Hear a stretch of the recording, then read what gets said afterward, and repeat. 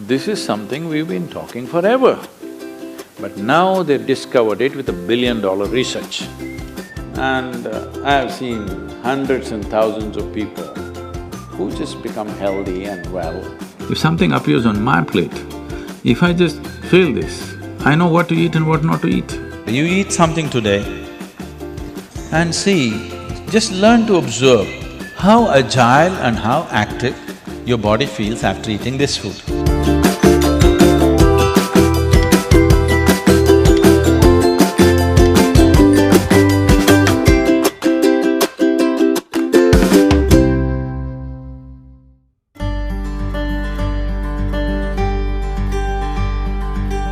The simple thing right now that's a rage in the world is, if you come to our ashram, all the people there who are physically immensely active eat 10 o'clock in the morning, 7 o'clock in the evening, 2 meals.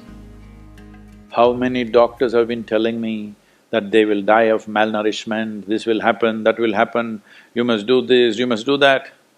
I eat only 1 meal a day most of the days.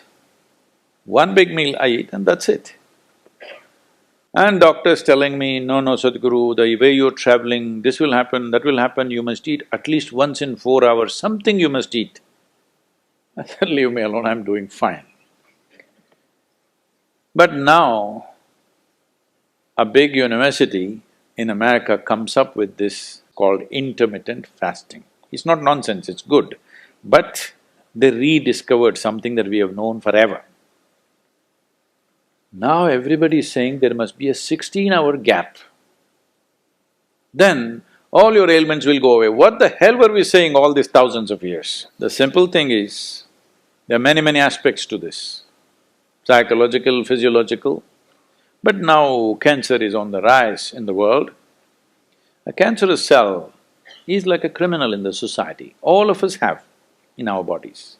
Only if they become… their concentration becomes more than what they should be, or they gang up and locate themselves in one place, they become like organized crime. There are pickpockets in Kochi, I'm sure.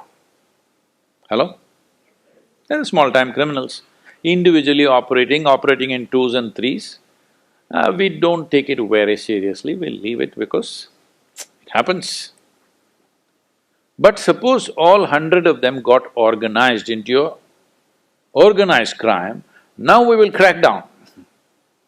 Because we know now it becomes a threat to the society. Similarly, cancerous cells are like this. Criminals, they're moving around, doing some damage. Their only problem is, right now, they're generally eating about 8 to 12 times more than what the other cells are eating. So if you just give sufficient break between one meal and the other, most of them will die because they cannot survive. This is something we've been talking forever. But now they've discovered it with $1 billion research. And I have seen hundreds and thousands of people who just become healthy and well simply because they're not fueling up all the time when the tank is filling. In the yoga center, all the time people are physically active. So everybody is very hungry by the time it's 3:30, 4 o'clock in the evening, they're extremely hungry. But we learn to live with that because empty stomach and hunger are two different things. Hunger means your energy levels start dropping. But empty stomach is a good thing. In the yogic sciences, today modern science also is coming in line with this. But what we know by our experience, you will spend $1 billion to come there. Because research is all about how many $1 million, that's how it is. Your body and your brain works at its best only when your stomach is empty. So we always make sure we eat in such a way, how much ever we eat, our stomach must be always empty within 2 to 2.5 hours' time maximum. So we go to bed hungry always. People think they cannot sleep. They can sleep. On an average, for 25 years on an average, I slept only 2.5 to 3 hours. These days I'm getting little lazy and sleeping anywhere between 3.5 to 4.5 hours in spite of the level of travel that I have. When I say level of travel, if I say my level of travel in the next few days, you will fall off your chair. Yes? Should I tell you? No, not necessarily Because in the next 10 days, I'm in 5 different countries doing I don't know how many events, all kinds of events. So, you're able to keep this up simply because you don't overeat. It's very, very important. Everybody eats 2 meals. I generally eat only 1 meal, 4:35 in the evening, because I don't like to sit in front of the plate and worry about how much to eat. I like to eat well. So, 4:35 in the evening, if I eat a meal, it's only next day. Is this enough? Am I looking okay? Hello? Because any correction and purification that needs to happen in the body, your stomach needs to be empty. It's very, very important. Otherwise, the purification on the cellular level will not happen. You pile up things and then you have all kinds of problems.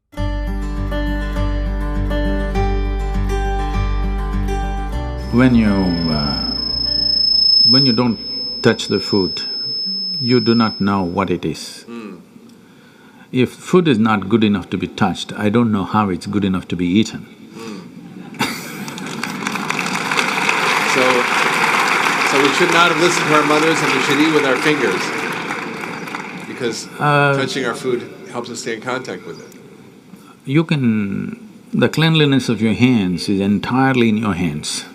The cleanliness of the fork is not entirely in your hands. This is true.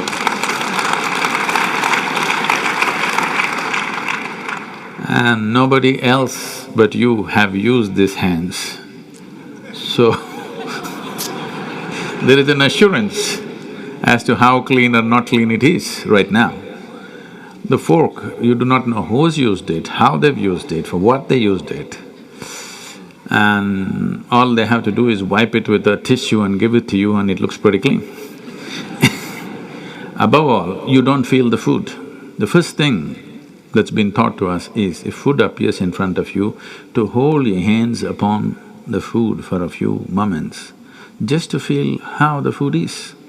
If something appears on my plate, if I just feel this, I know what to eat and what not to eat, what I should not eat. I don't taste it and then reject it, I just don't eat. Because my hands are the first level, not tasting in the sense the tongue tastes, but knowing the food. First thing is knowing the food. You want to know a person, you guys go and shake their hands. I'm usually avoiding that, but That's a good strategy. But the food that's going to become a part of you, first thing is your hands. Even if you physically don't touch it, just being conscious and being there, it clearly tells you how the food will behave within you. Whether this particular food on this particular day, should it go into you or not, because every day your body is not the same thing. Every day, every moment it's different. If you feel the food, you just know whether this food has to go into you on this day or not. If that much awareness is brought in, we don't have to go on telling people what they should eat. Every meal they must decide what they should eat in that meal. There is no one prescription that this is what you should eat for your life. That will feel too claustrophobic, that only this I can eat.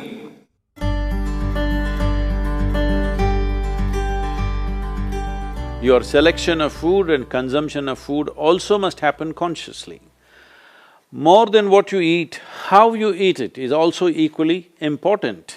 When I say how you eat it, these are all live substances.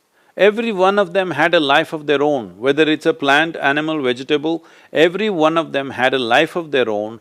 Now in some way, you're making food out of it, you must consume it with utmost gratitude. If you approach it with a certain sense of gratitude and reverence towards the food that you eat, when I say reverence, it may feel like too much for you, but I'm asking you, let's say we put you in a room and you had nothing to eat for 5 days. If God appears in front of you, what will you ask for? Food? So that's how important it is. You must understand the food on your plate is not just a substance, it is not a material, it is not a commodity, it is life. It is the life-making material for you. So you must treat it as such.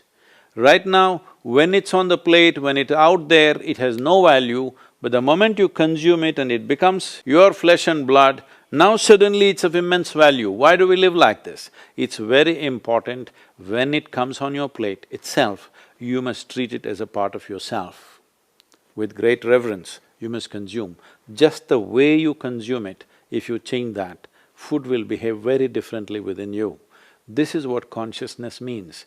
If people say your consciousness has no impact on your life, only chemical structures have impact, I'm very sorry for them because that's not how life works. Human consciousness has a deep and profound impact on everything that we touch, especially the food that we are making another life as a part of ourselves. When we are doing such an act, it's very, very important we treat it with utmost gratitude and reverence.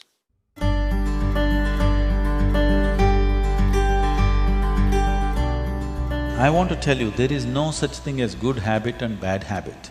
Habit means you are functioning unconsciously. If you are functioning unconsciously, that's a bad thing because the whole thing about being human is we are capable of doing things consciously.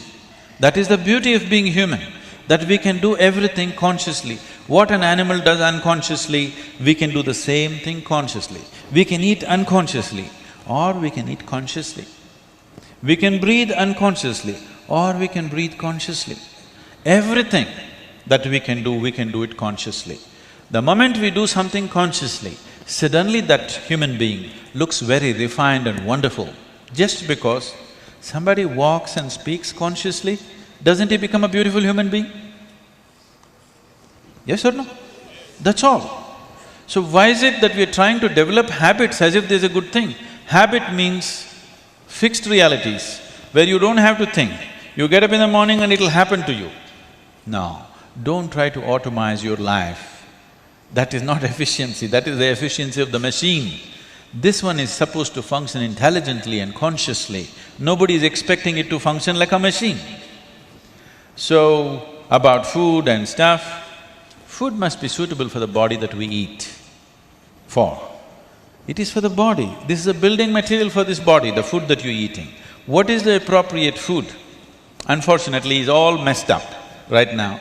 Traditionally, we ate very sensibly in this country, but these 1,000 years of innovations have brought other kinds of food cultures, and today the national diet is pizza or pasta. What is it? Which is one? I don't know. Both were competing.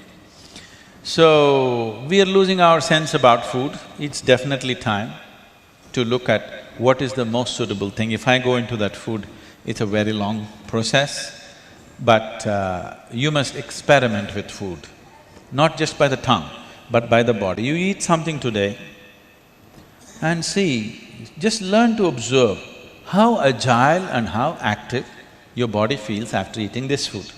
If it feels like it wants to go to the grave, that's not good food. If it feels like it wants to be alive after eating this, except coffee, because that's a stimulant. If you eat food and your body feels very agile and alive, that means it's good food, body is liking it. If you eat something, it feels dull, that means it's not liking it, it's having difficulty with it, that's why it feels dull. So just on this basis, there's a much… this is a very simplistic way of putting it.